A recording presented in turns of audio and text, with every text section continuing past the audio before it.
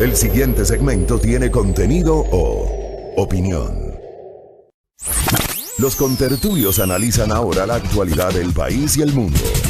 En A Primera Hora, la tertulia del día. Un ejercicio de plena libertad de expresión con responsabilidad.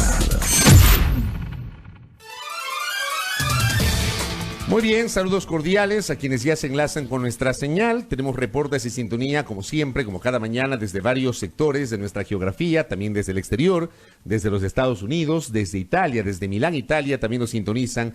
Abrazo a los queridos compatriotas que lejos de la patria procuran, evidentemente, salir adelante y que no se desconectan de lo que está pasando en el Ecuador a través de esta señal y de este espacio de noticias. ¿Cómo le va con tertulio? De igual forma, me sumo a los saludos. Fuerte abrazo a todos quienes desde distintos lugares, destinos, nos escuchan pues a nosotros, tanto acá dentro del país como también en el resto del mundo. Un fuerte abrazo.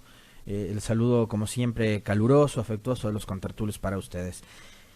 Bueno, ¿con qué empezamos hoy? Actualicemos la información de Evo Morales.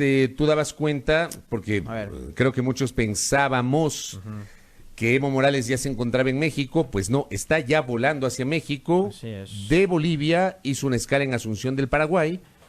Ha pasado pues en Asunción durante toda la noche y hace minutos el expresidente boliviano partió en una aeronave que fue enviada por el gobierno de Andrés Manuel López Obrador para recogerlo en Bolivia, haciendo escala en Asunción. En este momento Morales ya está volando hasta territorio azteca. Supuestamente Perú no le daba permiso a la nave para que sobrevuele su país. ¿Su espacio aéreo? Sí. Aparentemente por eso fue que tuvo que hacer escala en Paraguay. ¿Ah, sí? Yes. Sí. El periodista mexicano López Dóriga, de la cadena Televisa, publicaba ya en su cuenta de Twitter: despega de Asunción, Paraguay, avión de la Fuerza Aérea Mexicana que transporta a Evo Morales. El avión de la Fuerza Aérea Mexicana que transporta a Evo Morales despegó aproximadamente a las 2 horas tiempo del centro de México, de Asunción, Paraguay. La nave salió de Bolivia e hizo una escala en Paraguay para cargar combustible. Sin embargo, tardó más de lo previsto para volver a despegar y ahora cruza territorio brasileño.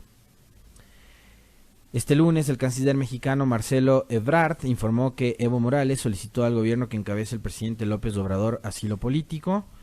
Las Fuerzas Armadas de México destinaron pues una aeronave para que en esta pueda trasladarse el presidente de Bolivia. Esto es lo que se sabe de Evo. Ahora, a mí me queda la duda, porque era su compañero de fórmula, además una figura muy respetada, no solo en Bolivia, sino en el resto del continente. ¿Cuál es el paradero de Álvaro García Linera, el vicepresidente o ex vicepresidente de Bolivia? No se conoce. Ayer también llamó mucho la atención una de las publicaciones de Evo, ¿no? En su cuenta de Twitter, sobre cómo había pasado la primera noche fuera del poder. Publicación que causó indignación, obviamente, en muchos de sus seguidores, pero que también fue motivo de burla para sus detractores, ¿no? Decían, una cosa es todo, ¿no?, en el poder, otra cosa es cuando ya los socialistas dejan el poder, porque en la gráfica, bueno, el tuit de Morales decía, fue publicado ayer a las 20 horas con 10 minutos, así fue mi primera noche después de dejar la presidencia forzado por el golpe de Mesa y Camacho, con ayuda de la policía. Así recordé tiempos de dirigente, muy agradecido con mis hermanos de las federaciones del Trópico de Cochabamba por brindarnos seguridad y cuidado. Y se lo ve a Morales tapado con un toldo o cubierto con un toldo, acostado sobre una cobija en el piso, en una habitación con paredes que no están, digamos, enlucidas. Al fondo se ve una máquina de coser y Morales en el piso con su celular en mano, acostado sobre una cobija y tapado con un toldo. Yo lo que te digo, créeme, yo lamento profundamente y bueno, reflexionemos sobre el hecho de que no es un tema exclusivo del Ecuador, es un problema regional, es un problema de América Latina. En América Latina no se respeta el Estado de Derecho, definitivamente no es un problema ecuatoriano, no es un problema ecuatoriano, es un problema regional. No se respeta el Estado de Derecho en América Latina. O sea, ¿por qué digo esto? Porque si, por ejemplo, yo he leído un montón de gente que dice que Morales debería estar preso. ¿Por qué debería estar preso? Dicen, porque resulta que fue quien instrumentó el fraude electoral en Bolivia. Primero, yo planteo a quienes sostienen esa tesis que lean el informe de la OEA, pero lean en su integralidad, no solamente lean la parte resolutiva, lean en su integralidad para que tengan una mejor valoración de lo que dice el informe. Que sí, el informe establece irregularidades en el proceso electoral de Bolivia, así es. Por esas irregularidades se habló de convocar a nuevas elecciones con un renovado tribunal electoral en ese país, tema que no alcanzó porque las Fuerzas Armadas le quitaron el respaldo al presidente y le sugirieron. La sugerencia fue una presión para que el presidente de Bolivia renuncie. Pero digo, si Morales tiene alguna implicación en la supuesta instrumentación del supuesto fraude, señores, hay los canales correspondientes. Prosésenlo, investíguenlo. La investigación tiene que cumplir con una serie de presupuestos. Pero aquí lamentablemente se dice cualquier cosa, ya se acusa y se señala con el dedo a la gente, ya dicen fulano de tal es corrupto. Ahora nos venimos a enterar, por ejemplo, que ha habido un tremendo descontento en Bolivia. Ahora nos venimos a enterar que Morales supuestamente ha sido un autócrata y un dictador, un hombre que llegó por la vía de las urnas a la presidencia de ese país en el año 2006. Ahora resulta que le llaman el dictador. O sea, digo, son una serie de visiones sesgadas y no ampliamos definitivamente la visión. A veces se habla desde la calentura, se habla inclusive desde la ignorancia, lo cual me parece vergonzoso. Y ni siquiera se dan el trabajo de por lo menos leer, investigar cuáles son las lógicas de lo que ha pasado en Bolivia. Oye, me acaban de enviar información actualizada que es tomada de un portal de noticias internacional. Voy a reservarme el nombre de la fuente. Sí. También es legítimo, el periodista puede reservarse. Es de Infobae la noticia, pero digo de la persona que me envía. Ya. Okay. Sí, para que después no nos etiqueten mutuamente. Ya, ok.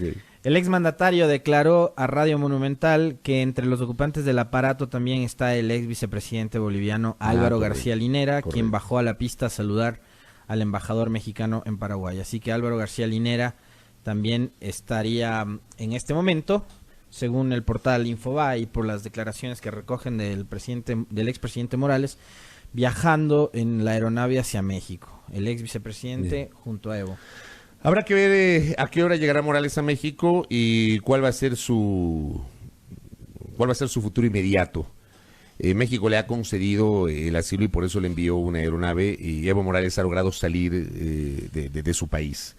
Y también habrá que ver quién mismo asume la presidencia. Hoy hay una acefalía en la conducción del Estado Plurinacional de Bolivia por la situación que es el dominio público, la renuncia del presidente, del vicepresidente, de la presidenta del Senado, del presidente de la Cámara de Diputados.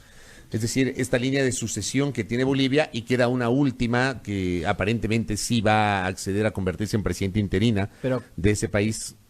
Es opositora. ¿Pero la señora Danina Áñez. Sí, pero ¿cuándo? Pero eso, ¿cuándo? Sí. Porque tienes mayoría del MAS en las cámaras, entonces... Habrá que ver cómo se comporta además el movimiento al socialismo, que es el MAS, el movimiento de Evo Morales, cómo se comporta en torno a este tema en Bolivia. Bueno. ¿Cómo se comporta tomando en cuenta la movilización social que hay actualmente en Bolivia contra Artulio? Porque cualquiera hubiese pensado que una vez que Evo Morales decide renunciar el fin de semana, la tarde del domingo, las cosas hubiesen tal vez recuperado la calma, la normalidad, pero lejos de aquello, o sea, ya consiguen el objetivo que plantea este señor Camacho, que es un ultra boliviano de extrema derecha, de la zona de Santa Cruz. Ayer nos explicaba Juan Paz y Miño a qué tipo de colectivos de Santa Cruz pertenece el señor Camacho, una persona que ayer en su alocución cargaba un rosario en su mano y que cuando fue a la toma del Palacio de Gobierno llegó con una Biblia en el país que tiene el mayor porcentaje de población indígena de la región. De locos lo que estamos viendo, es una suerte de... Oye, yo a estos personajes políticos... De nueva colonización, ¿no? A estos personajes políticos que andan disque con el rosario, con la Biblia, créeme, yo no les creo nada. Y ojo, yo soy católico, tú lo sabes, pero yo no les creo nada. Había en la Asamblea Constituyente de Montecristi un asambleísta de Guayas que siempre citaba párrafos de la Biblia e intervenía con la Biblia en la mano. El que fue detenido ahora sí, en las últimas protestas. Ya, y ese señor, todo el mundo sabe en Guayaquil, está vinculado al tráfico de tierras.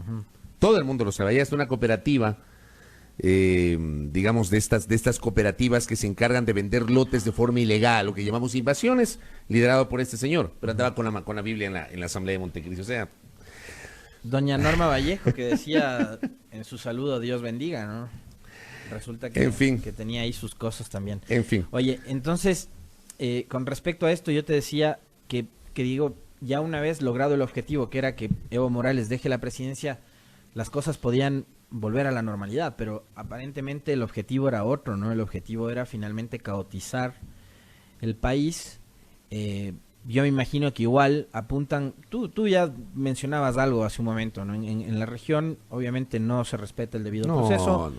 En nuestros estados no prima es un problema el derecho, no se puede decir que hay estado de derecho. Sí. En Bolivia actualmente hay una cefalía institucional terrible porque no hay autoridades. Imagínate. No hay autoridades. No hay presidente, no hay vicepresidente, han renunciado de igual forma los representantes del Poder Legislativo, excepto la señora esta Áñez, que podría ser la que asuma la presidencia, si es que el Parlamento finalmente así lo decide. Pero, insisto, hay una movilización social muy fuerte que está respaldando a Evo Morales. Y no sé cuánto más pueda durar, cuánto más le pueda alcanzar el oxígeno a esta masa de gente que está respaldando a Morales en este momento, que ya incluso ha abandonado el país junto a García, ¿no? Yo creo que ya sin Evo Morales en el país, yo creo que evidentemente ya no hay marcha atrás. Me parece a mí que esas movilizaciones a favor del expresidente boliviano se van a enfriar, se van a desactivar, digo, porque ya no está ahí. Hay ejemplos o casos emblemáticos en la región en los cuales quien en su momento fue derrocado regresó al poder porque se encontraba en el país. Y digo, tal vez el caso más emblemático es el del año 2002 en Caracas, Venezuela, con Hugo Chávez, que fue inicialmente derrocado por un segmento de los militares y de las élites venezolanas y 2 días después fue restituido en el poder. Pero digo, no dudo mucho que sea el mismo escenario. A mí sí me escandaliza este tipo de cosas porque, y digo, siendo que como he sido desde hace rato y como fui ayer y hoy sigo siendo crítico respecto de la búsqueda de subterfugios jurídicos para forzar una reelección. Morales no debió haber sido candidato, estaba inhabilitado para ser candidato, pero buscó subterfugios jurídicos. Digo, no debió haber sido candidato, debió haber terminado el periodo. El país, que las cifras están muy bien desde el punto de vista macroeconómico, lo pudo bien haber entregado, y Evo Morales ya había pasado a la historia como un presidente que dejó encaminado el Estado Plurinacional de Bolivia por una senda de crecimiento económico y de estabilidad. Pero claro, forza esas cosas y hoy digo, fruto de esos errores, como todo, hay gente, políticos, militares, sectores radicales que pescan a río revuelto. A ver, pero ¿Qué es lo que está pasando en Bolivia? Yo te planteo sobre la base de lo que tú señalas, el hecho de que se pone en debate la discusión de las intenciones de estos líderes de perpetuarse en el poder, además perpetuarse a través de vías democráticas, ¿no? Porque acá se habla de dictadura, pero es una dictadura bastante rara, pues una dictadura en la que llamas a la gente a que vote por vos y dejas que tu oposición presente candidatos. El caso de Carlos Mesa. Entonces, sobre la base de esa discusión, que me parece que es legítima que tú planteas, la de por qué Evo Morales insistía en ser presidente, yo también coincido, es verdad. Creo que tanto la izquierda como la derecha en nuestro país, en nuestra región, ha tenido esos defectos de no saber renovarse, de no saber formar cuadros, de no haber promovido otras figuras. Y creo que esto es además histórico. Pasa actualmente en Bolivia con Evo Morales, ayer lo decíamos, pasa en Brasil con Lula, pasa en Ecuador con Correa. Con la derecha ha pasado también. Tenemos el caso de Velasco Ibarra, tenemos el caso de León Febres Cordero, ahora mismo el caso de Nebot, que fue 19 años de alcalde de Guayaquil, pero de esas cosas la gente no habla, porque la democracia es buena cuando me beneficia a mí, cuando yo gano las elecciones, pero es mala cuando pierdo las elecciones. Entonces, cuando se habla de que Nebot fue 19 años de alcalde de Guayaquil, no es equivalente a hablar de que Correa fue 10 años presidente. No es igual. Para mí sí es igual, es lo mismo. Pero yo te decía ayer. Lo es lo mismo. Por eso te decía ayer. Entonces, mi postura, por ejemplo, sobre el caso de la reelección indefinida es, yo me opongo a la reelección o a la postulación indefinida, como le llaman, para autoridades de un nivel ejecutivo, presidente, alcalde, prefecto. O sea, yo estoy radicalmente en contra de esa posición y yo lo he dicho, no lo manifiesto, no lo digo hoy. Por el manejo de los recursos públicos. Yo lo vengo diciendo hace rato, lo vine diciendo desde las enmiendas constitucionales del 2015. Ya, pero yo no me voy a desdecir de eso. Ya, te digo, superemos eso, ¿sí? Pero tampoco archivemos el debate sobre el tema de la democracia. Pero te planteo otro dilema. Es, ¿por qué no dejar que un modelo exitoso siga su marcha?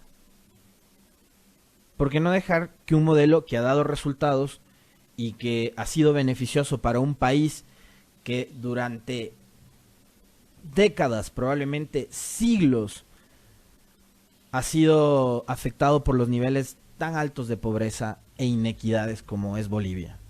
Entonces, ahora que tienes una sociedad que iba en el camino, digamos, no a la igualdad, pero sí a reducir las brechas entre ricos y pobres, ¿por qué no dejar que ese sistema y ese modelo siga avanzando?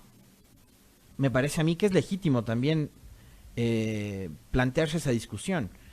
Probablemente ya no con Evo como candidato. Eso te iba a decir. Probablemente otro. Eso te iba a decir. O quizás sí. A ver, ¿y por qué no dejar que siga siendo Evo? ¿Y por qué no promover que, a ver, que Morales, que Correa, que Lula, que Fernández de Kirchner, qué sé yo?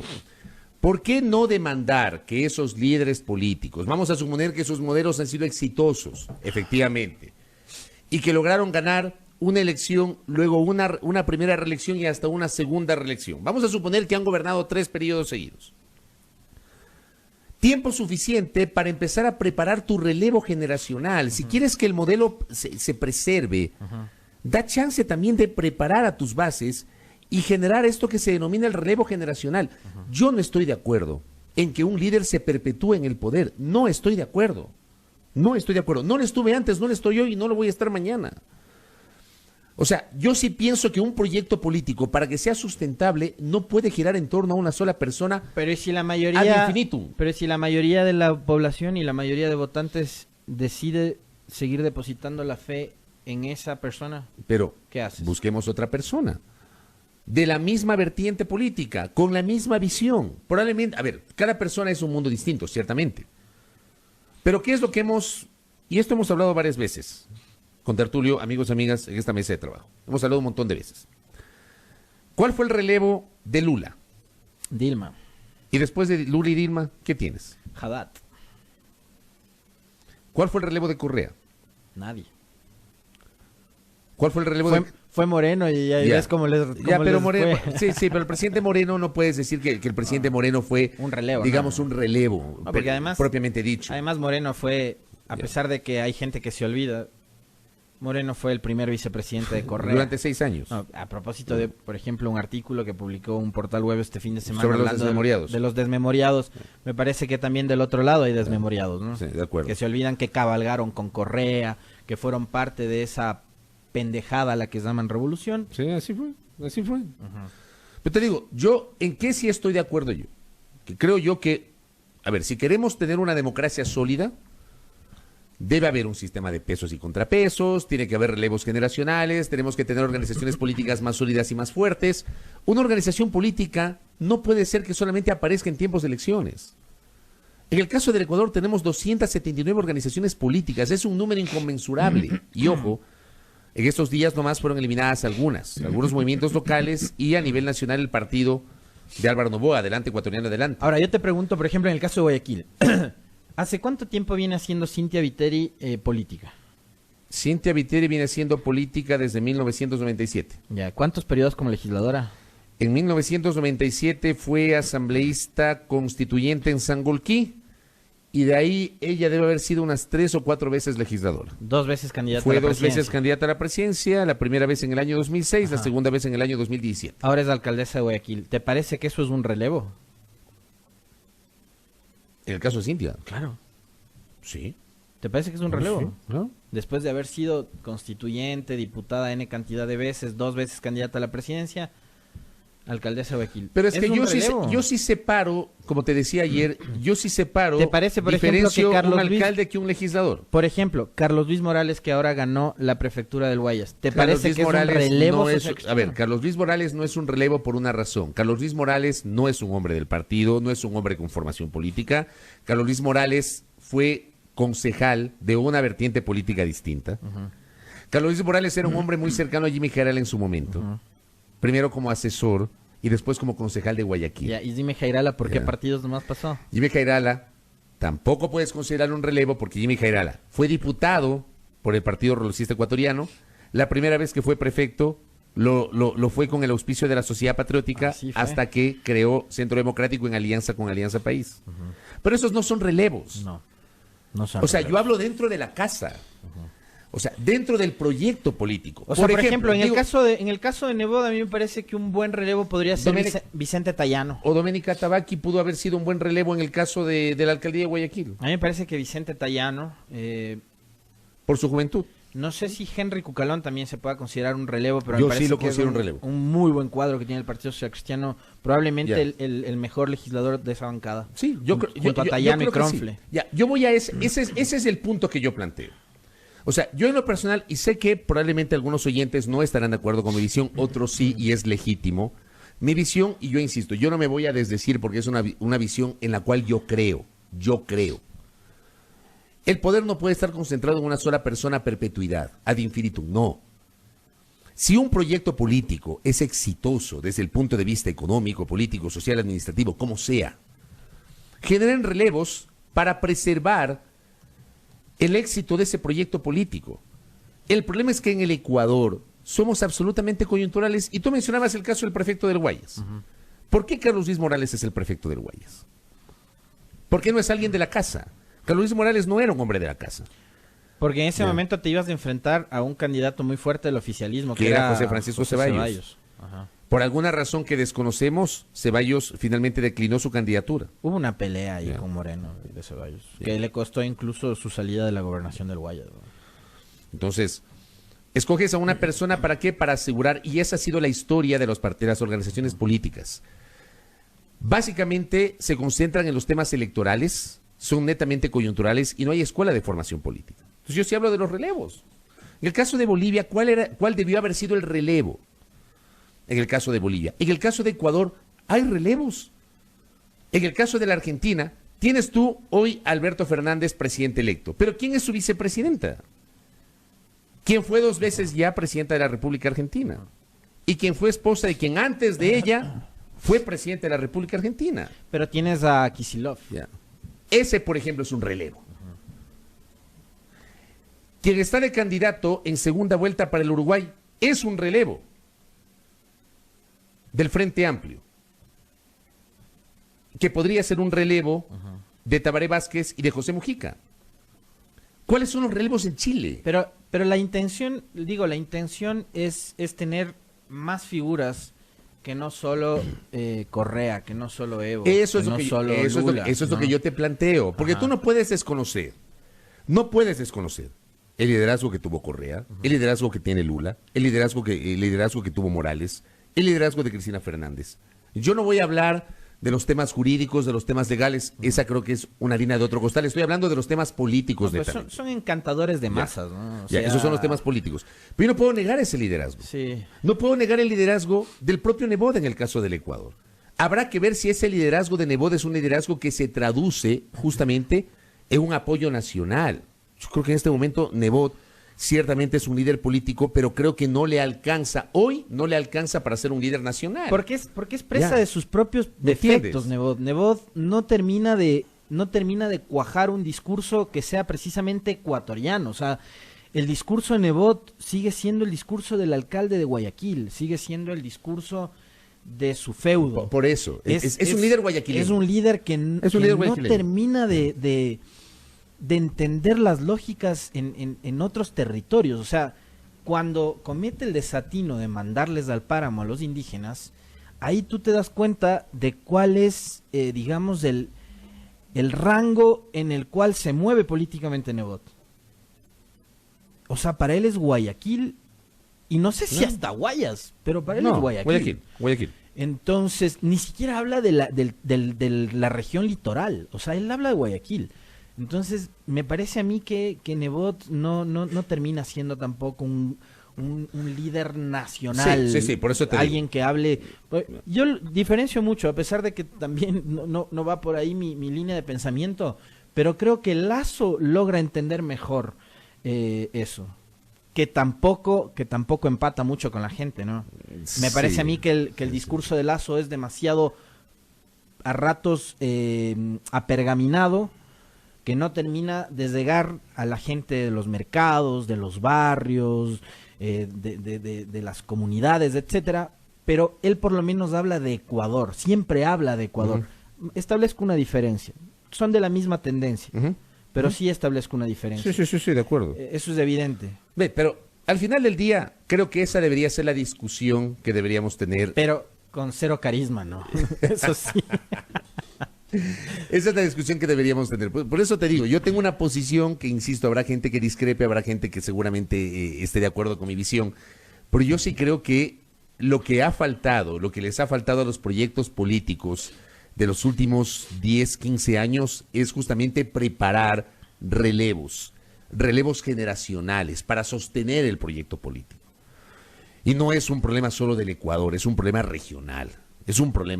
En fin, habrá que ver qué pasa en Bolivia. Pero me parece que es interesante la discusión, porque yo soy de los que cree que, a ver, más allá de Evo Morales, de la figura del expresidente, hay un país.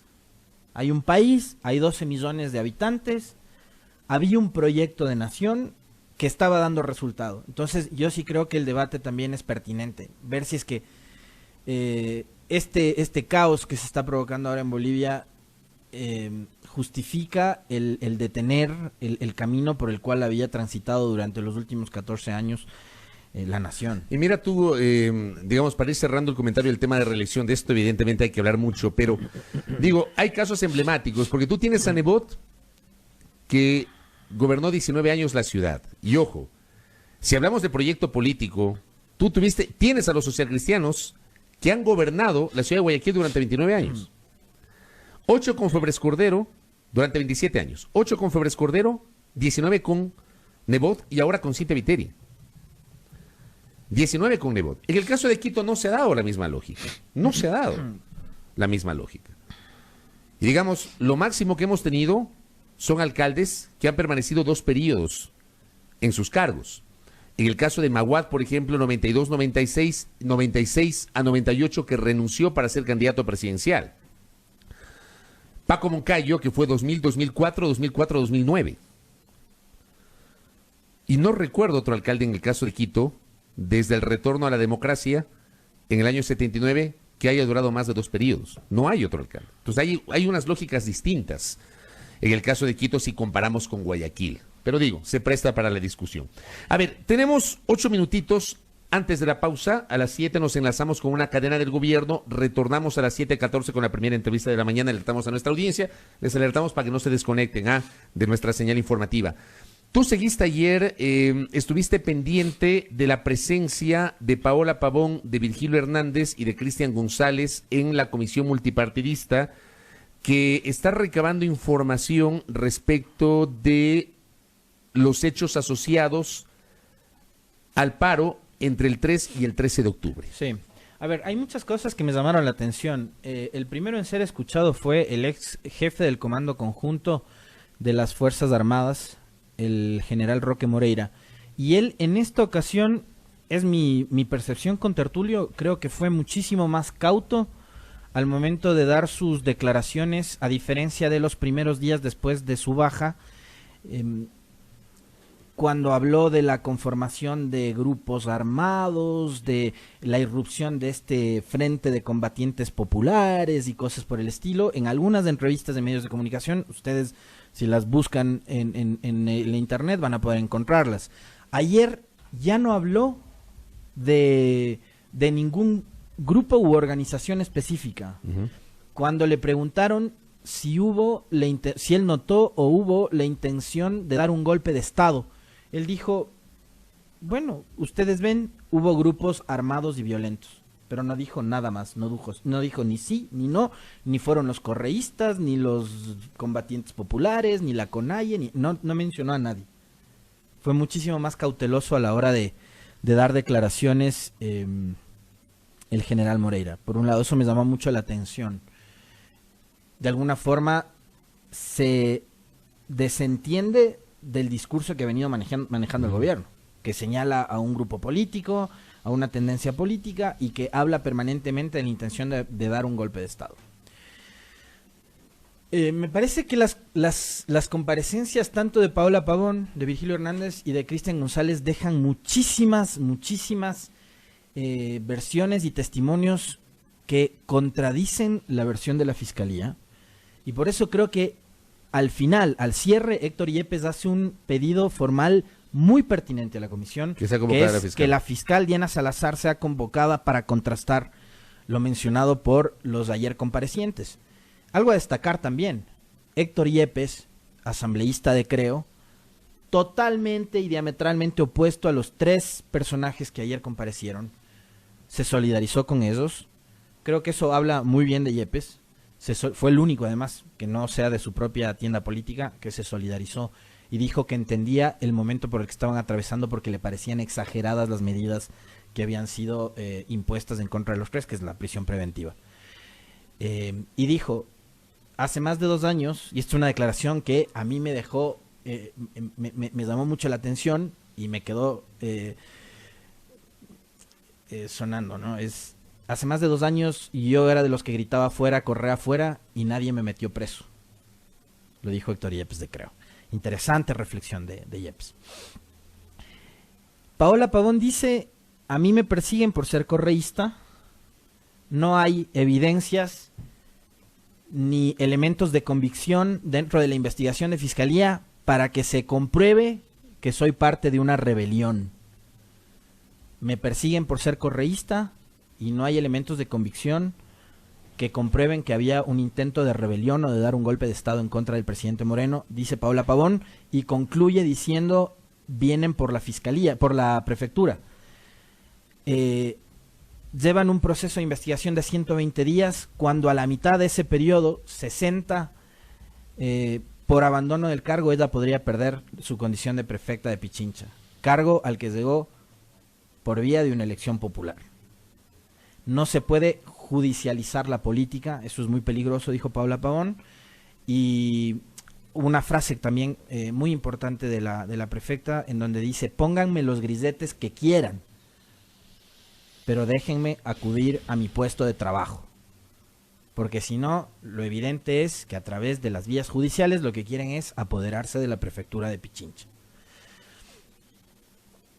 Virgilio Hernández también, por la misma línea de declararse un perseguido del actual gobierno, dijo que no existen los elementos que podrían configurar o probar que se cometió el denominado delito de rebelión, que creo que está tipificado en el 336 del Código Integral Penal. Dice, y se pregunta, ¿dónde están las armas?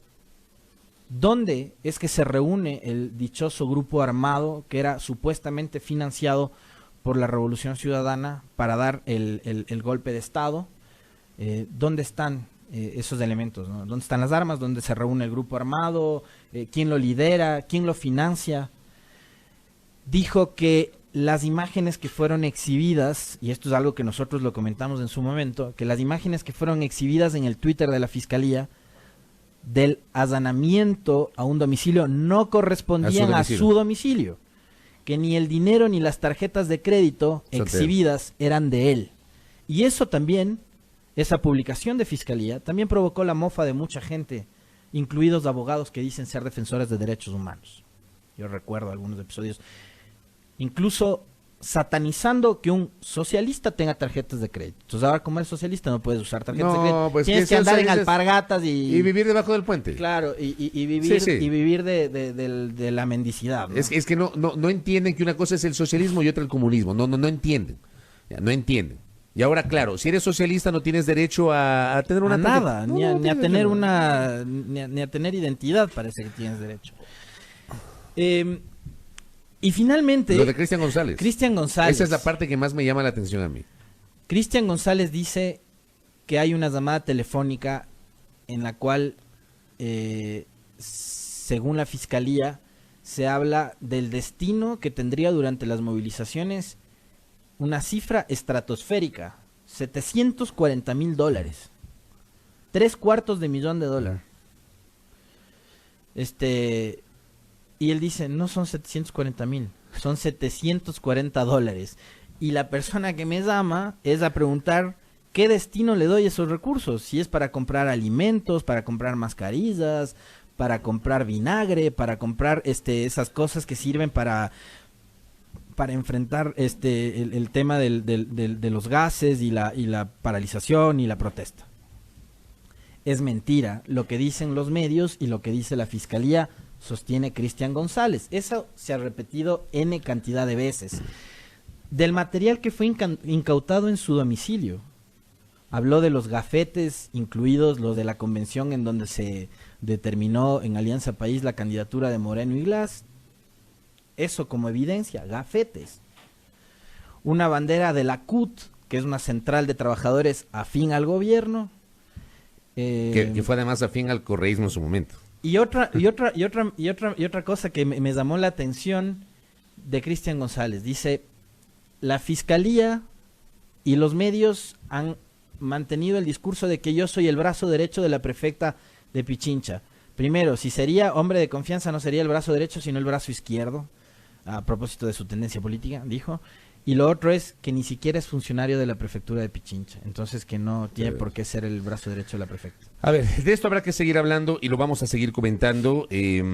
Posiblemente mañana, les alerto, posiblemente mañana está acá Ramiro Aguilar para hablar justamente de esto y profundizar en algunos detalles. Voy a la pausa a las 6:58, les alerto. A partir de las 7 nos enlazamos con una cadena del gobierno, dura más o menos entre 3 y 14 minutos, luego de la cual empezaremos con las primeras entrevistas de la mañana. Así que no se desconecten de nuestra señal. Esto es A Primera Hora a través de Majestad FM.